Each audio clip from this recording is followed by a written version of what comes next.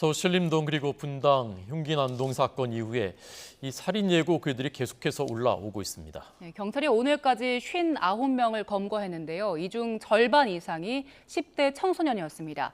관련해서 이웅혁 건국대 경찰학과 교수와 이 상황을 어떻게 봐야 하는지 짚어보겠습니다. 어서 오세요. 어서 오십시오. 안녕하십니까. 이게 하루 이틀 정도 그냥 이제 모방 같은 뭐 이런 것이 아니라 벌써 며칠이 지났는데도 어제 오늘도 계속 이제 이런 글들이 올라오고 무려 59명이 지금 붙잡혔고 어떻게 해석하고 계십니까, 교수님? 그러니까 이제 두 가지로 우리가 좀 나눠서 볼 수 있을 것 같은데요. 그 한 부분은 일부 청소년들에 의한 흥미 위주 또는 본인이 일정 영향력을 꾀할 수 있다라고 하는 영웅 심리의 그 발로 같은 면으로 해석할 일도 분명히 있긴 하죠. 그런데 또 한편으로 보게 되면 저와 같은 그 예고 글이 실제의 행동으로 옮겨진, 즉 흉기도 준비했고 네. 경찰관을 살인하겠다라고 하는 이른바 예비적 계획도 있었던 그런 그 사례도 엊그저께 고속터미널에서 실제로 있기 때문에 네, 네. 이 두 가지 양상이 함께 현재 진행 중인 것이 아닌가 이런 생각이 듭니다. 그래서 바꿔 얘기하면 한편으로 그 봐서는 무엇인가 그 사회에 대한 나름대로 일정한 그 불만과 불쾌 감정이 해소되지 못했던 네. 신림역의 그 조선과 비슷한 사고방식과 사고 체계를 갖고 있는 그런 한 부류가 또 있는가 하면 네. 또 한 부류는 그것을 무엇인가 활용을 해서 또는 나도 그와 같은 동조적 심정이 있지만 그런 행동은 아니지만 무엇인가 영웅심에 자신의 그 표현을 해야 되겠다라고 하는 파생적 문제도 지금 함께 이루어지고 있기 때문에 이것을 큰 틀에서 요약하게 보게 되면 사실상 이번 그 서현역 사건은 유럽에서 빈발하는 차량 돌진형 테러의 모습하고 상당히 비슷합니다. 네. 정치적 구호 또는 종교적 신념만 표시하지 않았던 차이가 있을 뿐. 그런데 그로 인한 사회적 파생과 사회적 안정성에 대한 침해는 사실상 발생한 것과 다름없지 않는가 이런 생각을 우리가 할 수밖에 없는 것이죠. 우리 조금 전에 그 리포트에 본 바와 같이 학교도 지금 현재 국내에서도 휴교를 뭐 하는 거 하면 공항 등의 중요한 국가의 중요 시설에 대한 뭐 긴장감이 있는 이런 상태. 그렇다 본다면 이것은 단순히 치안에 대한 와해를 넘어서서 사실은 그 안보상의 상당한 그 침해가 있음을 사실은 정부 당국이 인정을 해야 하고 네. 거기에 맞는 대응을 해야 되지 않겠는가. 지금 세계적인 추세가 치안과 안보가 분리된 것이 아니고 하나의 방향으로 수렴돼 있고 네. 또 어떤 측면에서 인간 안보라고 하는 또 중요한 개념도 등장하고 있습니다. 즉 공포에 대한 두려움으로부터 자유로울 수 있는 인간 가치에 대한 근데 지금 그 공동체에 대한 위험도 지금 계속 반복 발생하고 있고요. 심지어 그 가장 안전해야 할 학교 공간 학생들에 의한 것도 사실은 결과론적으로 보게 되면 상당히 그 또 두려움의 한 그 방증이기 때문에 전반적인 대응 자체도 새로운 패러다임이 필요하지 않는가 생각합니다. 네. 살인 예고글 두 가지 동기를 짚어주셨어요. 일단 호기심, 장난삼아, 그리고 잠재돼 있던 위험이 이제 튀어나온 것이다. 이 두 가지 짚어주셨는데 일단 이유가 어찌 됐든 그런 글을 올리면 처벌을 받게 되는 거죠. 네, 그 행위 양태에 따라서 조금 달리 처벌이 이루어질 가능성이 큰 것이죠. 지금 우리가 의뢰할 수 있는 그 법안 자체는 협박을 했다고 하는 점, 만약에 흉기까지 사용한 협박이라고 한다면 특수협박, 그런데 그것보다 한 단계 더 나가서 사람의 생명까지 그 살해할 준비로서 그와 같은 협박을 했다라고 하는 것과 함께 이루어지면 살인 예비죄의 처벌 가능성도 중요합니다. 계획을 얼마나 세웠는지. 네, 그런데 살인 예비죄 같은 경우에도 이게 예비 행위이기 때문에 준비가 전제가 돼야 되는데 이 준비의 그 모습 자체가 객관적 행동이 실현 가능한 구체적인 그 무엇이 나타나야 사실은 처벌이 가능하거든요. 즉 바꿔 얘기하면 실제로 흉기를 구입해서 갖고 있다든가. 그런데 그것이 아니고 그냥 말만 이렇게 그 했을 때에는 또 그 법정에 가서 다투었을 때 사실상 유죄 판결이 또 가능하겠느냐 또 이런 문제는 있긴 합니다. 그럼에도 불구하고 어쨌든 지금 현재 관계 그 당국에서는 주어진 범위 내에서 가장 양형이 높고 처벌을 엄중하게 할 수 있는 그러한 지금 방향으로 수사가 그 이루어지고 있는 것 같고요.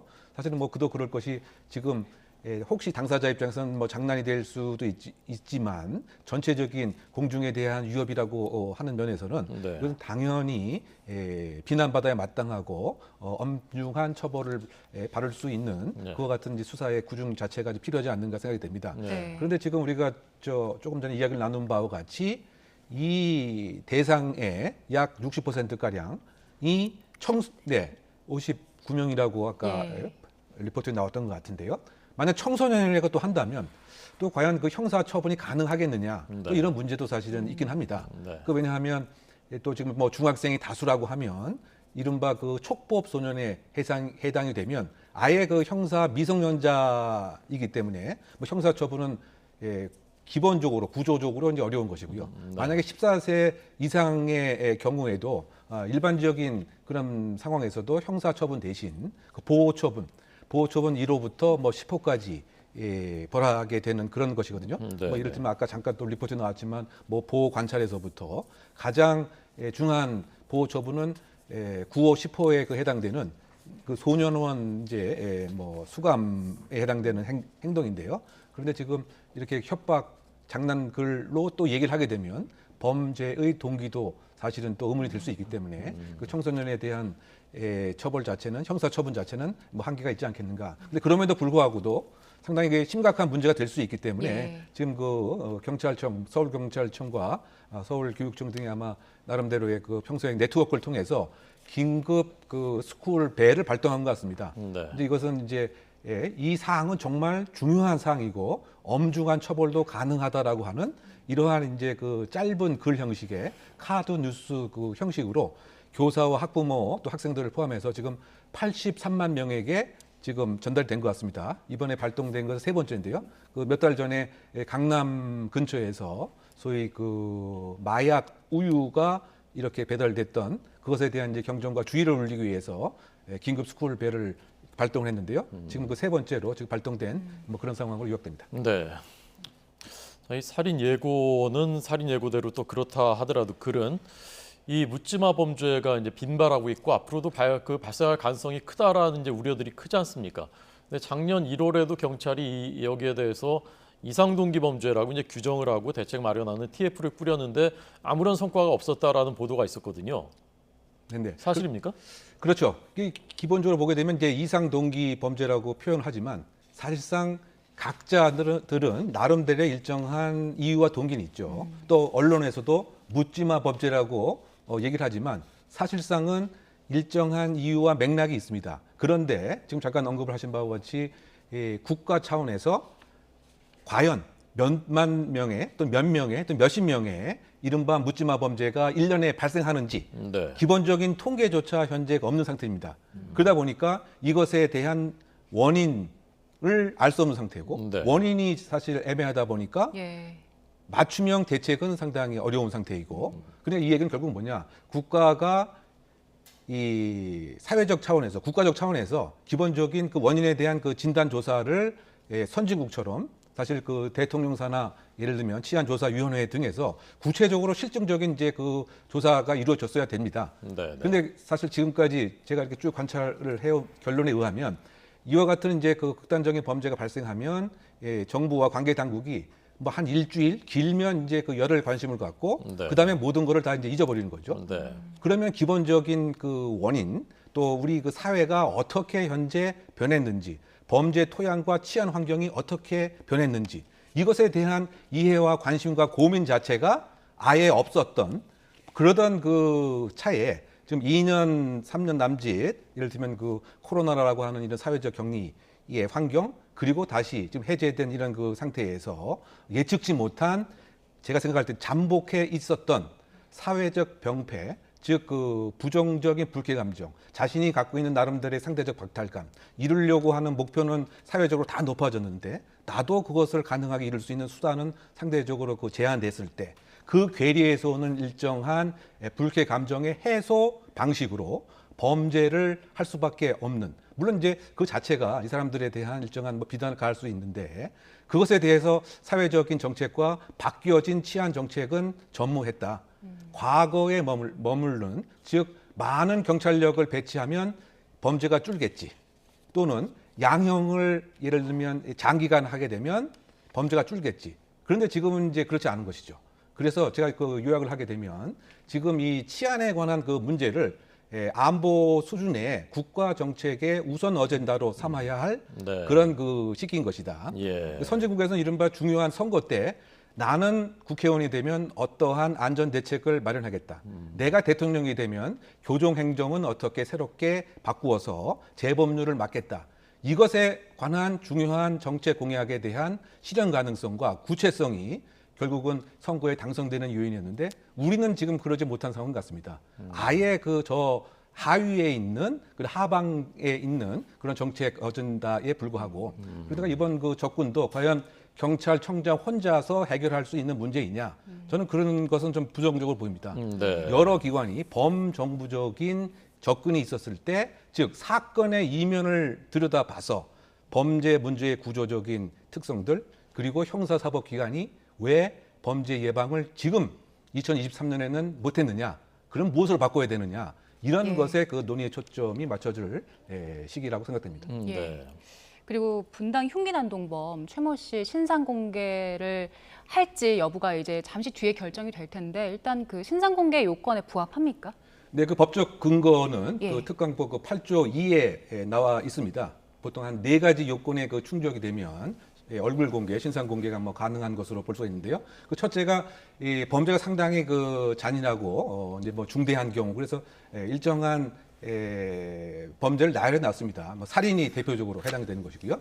두 번째는 이제 무죄 추정의 원칙에 반하지 않을 정도로 이제 구체적 뭐 증거가 있어야 되는데 예. 지금 CCTV라든가 시민들이 촬영한 그런 영상에 의하면 분명한 이제 공격 행위가 있고요. 더군다나 뭐 구속이 됐기 때문에 또 무죄 추정의 원칙에 반하는 것이 이제 아닌 이런 요건에 충족이 되고 그 세 번째는 이제 그 공익에 부합돼야 되는 범죄 예방의 그 목적 혹시 다른 우리가 알지 못하는 범죄를 했을 가능성에 대한 여죄 수사를 위한 제보의 그 기회의 제공. 그래서 이 세 번째 공익 목적 달성이 된 것이고요. 예. 그 네 번째는 그 청소년이 그 아닐 것. 그래서 이 당사자는 22세이기 때문에 청소년에 해당이 되지 않습니다.